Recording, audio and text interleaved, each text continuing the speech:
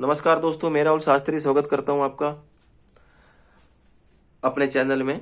और ज्योतिष सिखाने की श्रृंखला को जारी रखेंगे। दोस्तों, आज मैं चर्चा करूंगा शुक्र ग्रह के बारे में। जो लोग ज्योतिष सीखना चाहते हो उनके लिए ये वीडियो बहुत महत्वपूर्ण है। स्टेप बाय स्टेप मैं आपको ज्योतिष सिखा रहा हूं।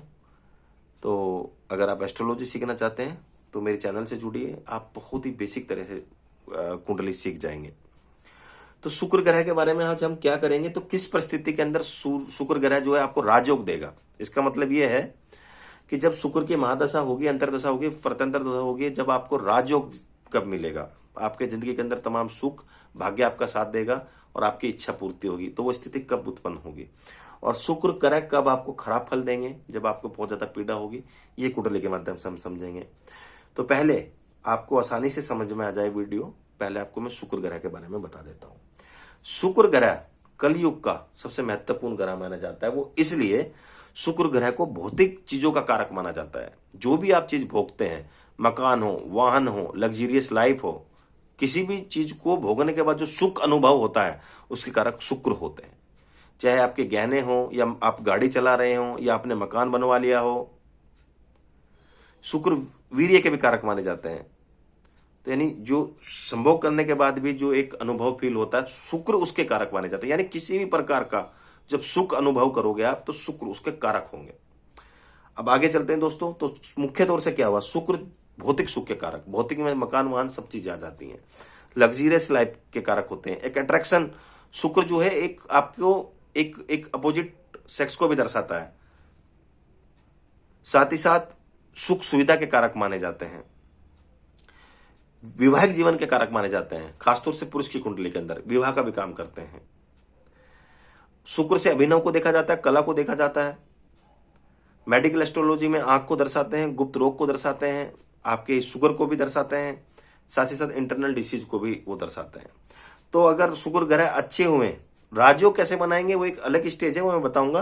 बट आप समझ लीजिए, शुक्र अगर अच्छे हुए तो भौतिक सुख होगा, मकान वाहन बनाने की योग बनेंगे। शुक्र की दशा में जिंदगी के अंदर जो भी सुख सुविधा होगी आपको मिलेगी।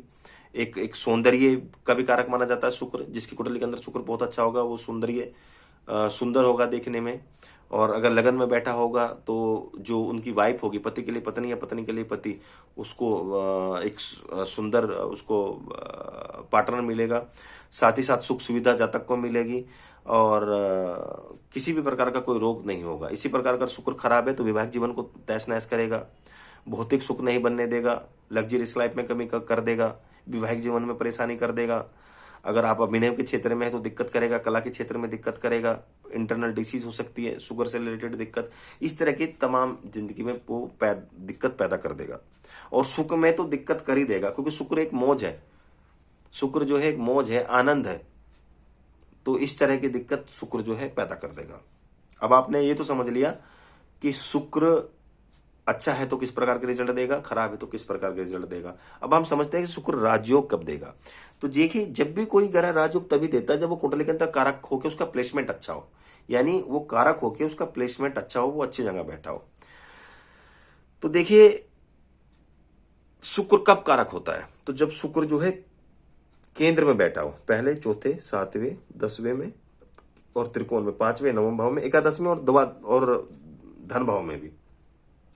तो वो कारक मतलब अच्छा प्लेसमेंट हुआ। आप ये समझ लीजिए प्लेसमेंट अच्छा हुआ। और कारक जब वो किस लगन में हो, तो जैसे यहाँ पे तुला लगन है, 7 नंबर लिखा है, तो ये तुला लगन की कुंडली हुई। तो तुला लगन के अंदर शुक्र बहुत अच्छा फल देगा। इसी प्रकार मकर लगन हुई, मकर लगन के अंदर भी शुक्र जो है बहुत अच्छा रिजल्ट देगा। वो इस प्रकार, क्योंकि मकर का मतलब होगा यहाँ 10, 11, 12, 1, 2। तो एक तो शुक्र को 5वां भाव मिला, फिर 3, 4, 5, 6, 7, एक 10वां भाव। यानी रोजगार मिला शुक्र को, और साथ ही साथ आपका भाग्य मिला, आकस्मिक लाभ मिला, संतान मिली, पढ़ाई मिली, आपका व्यवसाय, नौकरी। तो शुक्र जो है मकर लगन के अंदर राजयोग बनाने वाले ग्रह हुए हैं। इसी प्रकार इन्हीं सभी लगन में, वृषभ लगन में अगर लगन जैसे यहाँ पे 7 लिखा है तो ये तुला लगन हुई। इसी प्रकार 2 लिखा है, वृषभ लगन हुई। इसी प्रकार 10 नंबर अगर हो तो मकर लगन हुई। इसी प्रकार 11 नंबर अगर लिखा है तो कुंभ लगन में भी शुक्र अच्छा फल देते हैं।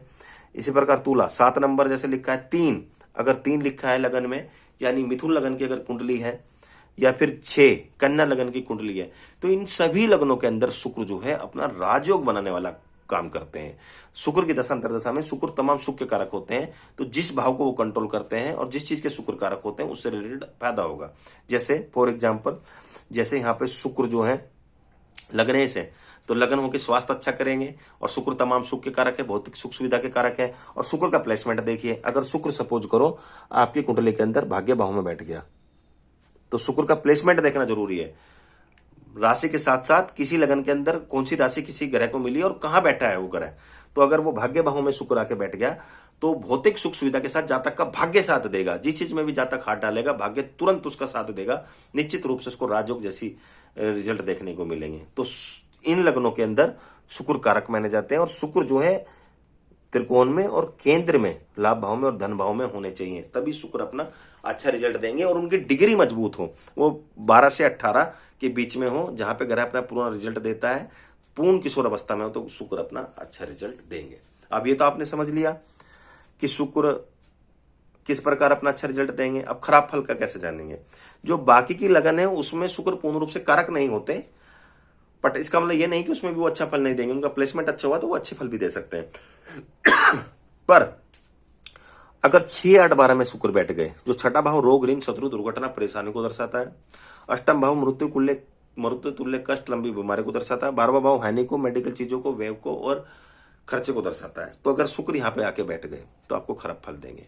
और जहां 6 नंबर लिखा होता है, कोई भी लगन हो 6 नंबर में कन्या राशि में, वो नीच के माने जाते हैं। तो नीच के हैं और त्रिक भाव 6, 8, 12 में बैठे हैं, तो शुक्र अपना खराब फल देने के लिए बाध्य हो जाएंगे। ये आपने समझ लिया पूर्ण रूप से। अब और आगे चलते हैं। शुक्र अगर कुंडली के अंदर अच्छे हैं तो आप क्या कर सकते हैं?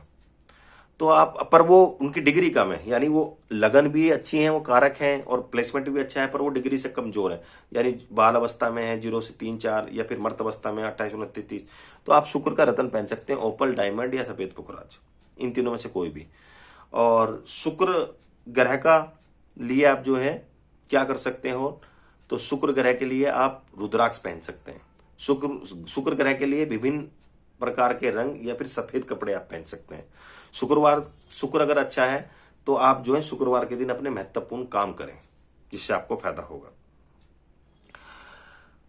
तो दोस्तों, बहुत ही सरल तरीके से और कम शब्दों में मैंने आपको बताने की कोशिश करी आज शुक्र ग्रह के बारे में, कब वो राजयोग कारक होते हैं, कब वो मारक होते हैं, और किस चीजों के शुक्र कारक होते हैं, किस लगनों में वो अपना अच्छा रिजल्ट देंगे। और शुक्र, दूसरा एक चीज और मैं बताना चाहता हूं आपको, माफ कीजिएगा, जो मुझे शुरू में बताना, शुक्र जो है, जो मीन राशि है, जो 12 नंबर की जो राशि होती है, इसमें वो ऊंच के माने जाते हैं। इस राशि में अगर वो हैं तो आपको ऊंच के फल देंगे, पर उसका वो राशि केंद्र त्रिकोण में होनी चाहिए, या फिर धन भाव लाभ भाव में भी हो तो कोई दिक्कत नहीं। और जो 6 नंबर की राशि होती है उसमें कन्या में वो नीच के होते हैं, यानी वो मीन में अच्छे हो जाते हैं, जो भी ग्रह उसका होता है वो अच्छा फल देता है, और अगर वो कन्या में है तो वो नीच के माने जाएंगे। तो दोस्तों धन्यवाद। वीडियो अगर अच्छी लगी तो लाइक करना, चैनल को सब्सक्राइब करना मत भूलिएगा। धन्यवाद।